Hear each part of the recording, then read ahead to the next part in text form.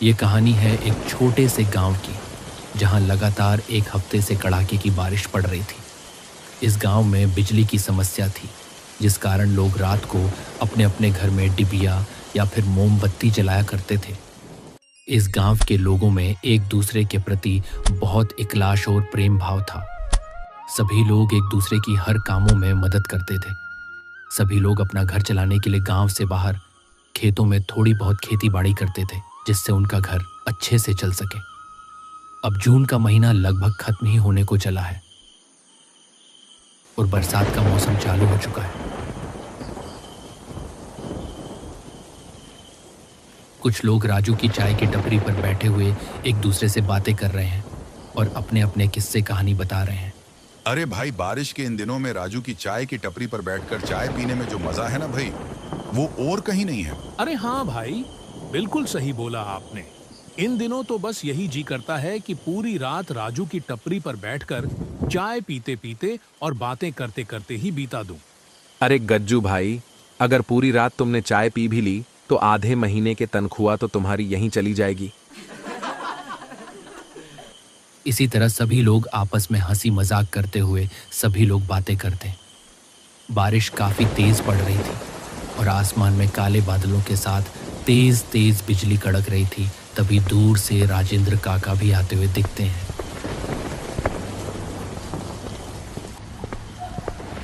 अरे राजेंद्र काका, कहाँ से आ रहे हो? भीगते हुए इतनी तेज बारिश में बीमार पड़ जाओगे। यहाँ आओ और एक कप चाय पिलो, और इसी बहाने हमें अपनी कहानियां भी सुना देना। आपकी सारी कहानियां सुनने में बहुत मजा आता है। अरे हाँ भाई, सब ठीक है। घर पर और जाने का क्या है, यही दफ्तर गया था किसी काम से। अब वो काम तो पूरा हुआ नहीं और ऊपर से इतनी तेज बारिश और शुरू हो गई। अरे हाँ काका, इस बारिश से तो हम भी परेशान हैं, लेकिन इस बारिश में यहाँ राजू की टपरी पर बैठकर सभी दोस्तों के साथ चाय पीने में बहुत आनंद आता है, और साथ में आपकी कहानियां सुनने में तो और भी ज्यादा मजा आ जाता है। अरे हाँ काका, सुनाओ ना अपनी एक दो कहानी। ठीक है बेटा, तुम कहते हो तो रुक जाता हूँ। पर बेटा, मैं तुम्हें जो कहानियाँ सुनाता हूँ वो सब कहानियाँ नहीं, एक सच्ची घटनाएं होती हैं। अरे काका, चलो मान लिया आपकी सभी कहानियां सच्ची होती हैं, अब तो आ जाओ। ठीक है बेटा, आज मैं तुम्हें इन्हीं दिनों की एक अपने साथ घटित विचित्र कहानी सुनाता हूँ। अरे भाई राजू, काका के लिए एक कप कड़क चाय लगाओ। तो ये कहानी है उस समय की जिस समय मैं 30 वर्ष का हुआ करता था। काली अंधेरी रातें और उन रातों में तेज बिजली के साथ बारिश पड़ रही थी। मैं अपने दफ्तर से अपने मित्र राम त्रिपाठी के घर जा रहा था। दूर दूर तक कोई भी नजर नहीं आ रहा था, सिर्फ बारिश की बूंदें और चारों तरफ पानी ही पानी। मैं चलता जा रहा था। दूर से मुझे एक व्यक्ति दिखता है। जब मैं उसके पास जाता हूँ और उससे पूछता हूँ, अरे भाई, क्या हुआ? यहाँ इतनी तेज बारिश में क्यों खड़े हो? घर का रास्ता भटक गए क्या? नहीं भाई, रास्ता नहीं भटका, बल्कि घर जाने से डर रहा हूँ, क्योंकि आगे बारिश के पानी से रास्ता बंद है और जंगल के रास्ते से अकेला जाने में डर लग रहा है। वैसे तुम कहाँ जा रहे हो भाई साहब इतनी तेज बारिश में? अरे कहीं नहीं दोस्त, मैं अपने मित्र राम त्रिपाठी के घर जा रहा था। अरे राम त्रिपाठी जी, उनका घर मैंने देखा है। उनके घर को 2 रास्ते जाते हैं, एक सीधा और एक जंगल से होता हुआ। अब सीधा रास्ता तो बंद हो चुका है बारिश के पानी से। अब सिर्फ यही जंगल वाला रास्ता बचा है। थोड़ा दूर पड़ेगा, लेकिन सीधा राम त्रिपाठी जी के घर ही पहुंचेगा। और मुझे भी इसी रास्ते घर जाना है, तो दोनों साथ मिलकर सफ़र तय करते हैं। दोनों साथ रहेंगे तो डर भी नहीं लगेगा। मुझे भी इसकी बातों पर विश्वास आ गया और मैंने भी उसके साथ जंगल के रास्ते से ही जाने के लिए हाँ में सिर हिला दिया। फिर हम दोनों उसे जंगल के रास्ते से ही आगे बढ़ने लगे।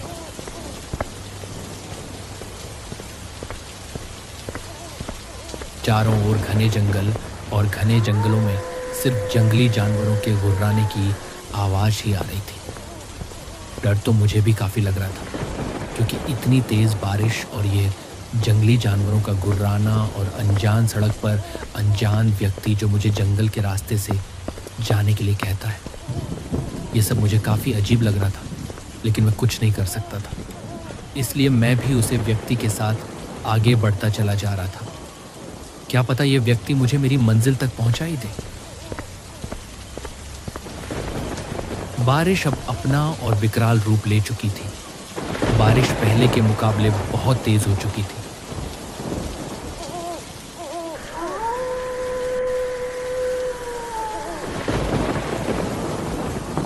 फिर वह व्यक्ति मुझे से बोलता है, अरे भाई, बारिश तो पहले से भी ज़्यादा तेज़ हो चुकी है। हम एक काम करते हैं, इतने पास वाली कुटिया में ही रुक जाते हैं।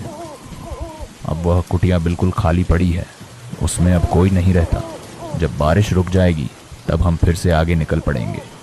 मैंने फिर से उस व्यक्ति की हाँ में हाँ कर दी और उसके साथ पास वाली कुटिया में ही चला गया। फिर मैंने उस व्यक्ति से पूछा, अरे भाई, आपने ये तो बताया ही नहीं कि आप अकेले कहाँ से रहे थे। अरे क्या बताऊं भाई, अभी अभी दफ्तर से आ रहा हूँ।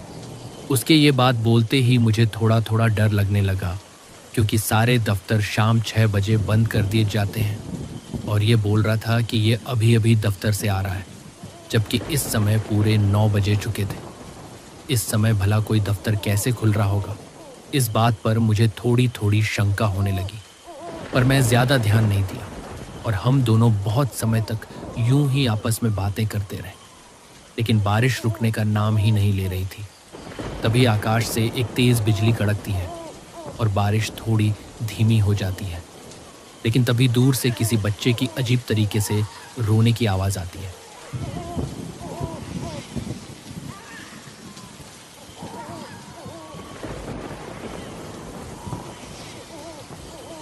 पहले तो मैं इसे मन का बहम मानता हूँ, लेकिन तभी वह व्यक्ति भी बोलता है, अरे भाई साहब, कुछ आवाज़ सुनी आपने, लगता है कोई बच्चा ज़ोर ज़ोर से रो रहा हो। अरे हाँ भाई, आवाज़ तो मेरे कानों में भी सुनाई दी, लेकिन इतनी तेज़ बारिश में सुनसान रास्ते पर अपना बच्चा इस तरह कौन छोड़कर जाएगा? मुझे तो ये सब बहुत अजीब लग रहा है। पर भाई, यह भी तो हो सकता है उस बच्चे के साथ उसकी माँ भी हो।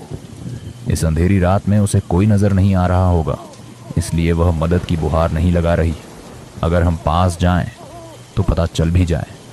हाँ भाई, मुझे भी यही लगता है कि वह बच्चा मदद के लिए ही रो रहा है। कुछ समय तक हम दोनों बाहर की आवाज़ कौ कान लगाकर सुनते हैं।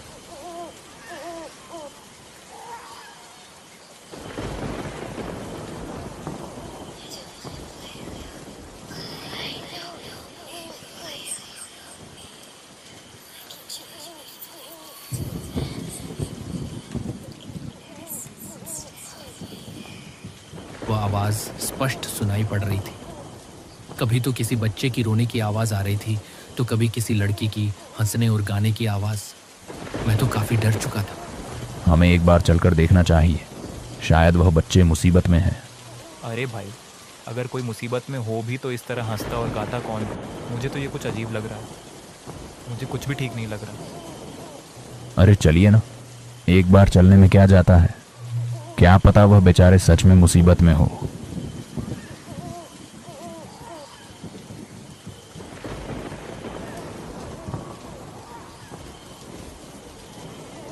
फिर हम दोनों धीरे धीरे अपने पांव उसे आवाज़ की ओर बढ़ाने लगते हैं।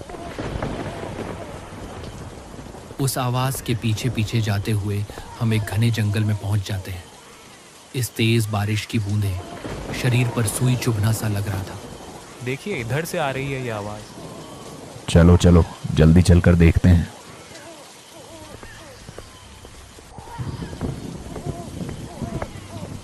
हम दोनों उस आवाज़ के पीछे पीछे एक घनघोर जंगल के बीच आ चुके थे। रात के अंधेरे में ज़्यादा दूर तक आंखों से देख पाना मुश्किल हो रहा था।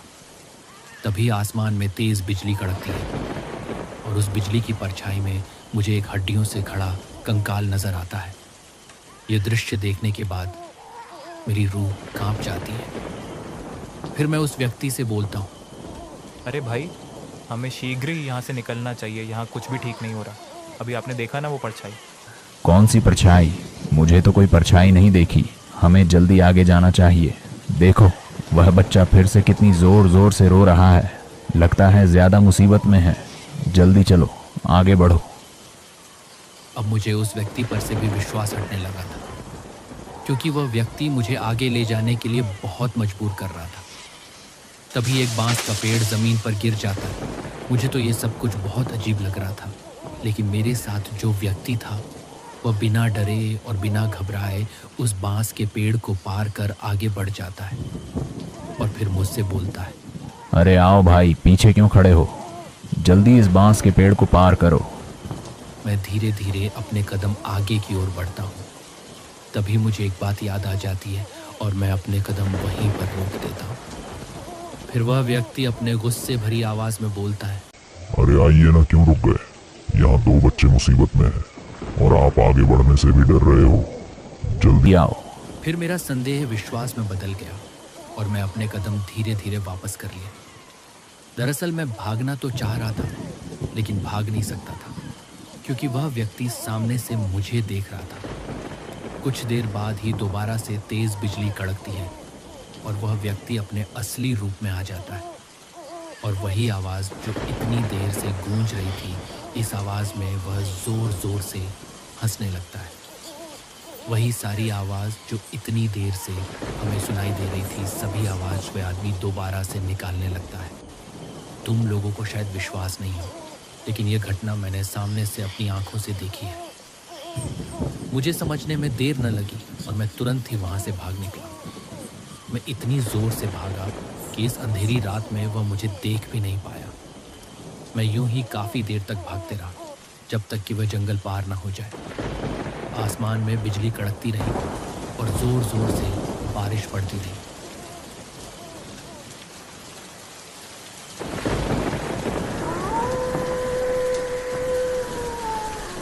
थोड़ी दूर जाने पर ही मुझे मेरा मित्र राम त्रिपाठी आवाज़ लगाता है, अरे राजेंद्र, मेरे घर का रास्ता याद नहीं रहा था किया तुझे?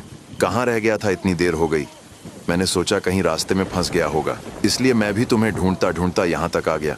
मेरे मित्र की ये आवाज़ सुनकर मेरे दिल को थोड़ी तसल्ली पड़ी और मैंने राहत की सांस ली। फिर मैं अपने मित्र से बोला कि पहले तुम घर चलो, बाद में मैं तुम्हें सारी बात बताता हूँ। अब बारिश भी लगभग रुक ही चुकी थी और आसमान भी थोड़ा थोड़ा साफ होने लगा था। फिर मैं और मेरा मित्र राम त्रिपाठी दोनों उसके घर चल पड़ते हैं।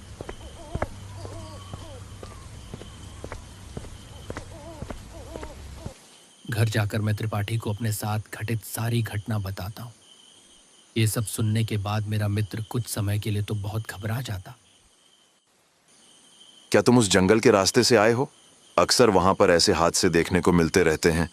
अच्छा हुआ कि तुम वहां से भाग निकले, क्योंकि जिस कुटिया में वह व्यक्ति तुम्हें लेकर गया था, उस कुटिया में पहले एक आदमी और उसके 2 छोटे छोटे बच्चे रहते थे। वह व्यक्ति दफ्तर में काम करता था। उसके पिता पर 10 लाख का कर्जा था, जो उसके पिता बिना चुकाए ही मर गए थे। बाद में उस बूढ़े का लड़का गांव छोड़कर वहां से भाग गया, लेकिन कुछ व्यक्तियों ने उसका पता कर्जदारों तक पहुंचा दिया, जिसके बाद उन कर्जदारों ने उसकी कुटिया में अंधेरी रात को ही आग लगा दी, जिसमें उसके दोनों बच्चे थे। वो जिंदा जलकर मर गए। जब उसने पिता ने घर आकर देखा तो अपने दोनों बच्चे उसे मृत मिले। ये दुखद दृश्य उससे देखा न गया और उसने भी अपनी वहीं पर आत्महत्या कर ली। जिसके बाद यह सब घटनाएं घटती हैं। कोई भी गांव वाला उस जंगल के रास्ते से जाने की हिम्मत नहीं करता है। उस व्यक्ति की ये सच्ची कहानी सुनकर मेरे तो होश ही उड़ गए। सुबह होते ही मैं तो अपने घर लौट आया और फिर कभी भी ना ही उस जंगल के रास्ते को गया और ना ही फिर मैं अपने मित्र राम त्रिपाठी के घर गया। अब जब भी मुझे अपने मित्र से मिलना होता है तो मैं उसे अपने घर ही बुला लेता हूँ। पर राजेंद्र काका, आपको बांस के पेड़ गिरने पर वह कौन सी बात याद आई जो आप आगे नहीं गए? अरे गज्जू, क्या तुम्हें पता नहीं, अगर रात को बांस का पेड़ सामने गिर जाए तो फिर उसे पार करके आगे नहीं बढ़ना चाहिए। यह बहुत पहले से बड़े बुजुर्गों का कहना है कि अगर रात को बांस का पेड़ टूटकर आपके रास्ते पर गिर जाए तो अपना रास्ता बदल लो, मगर उसे पार करने की भूल न करना।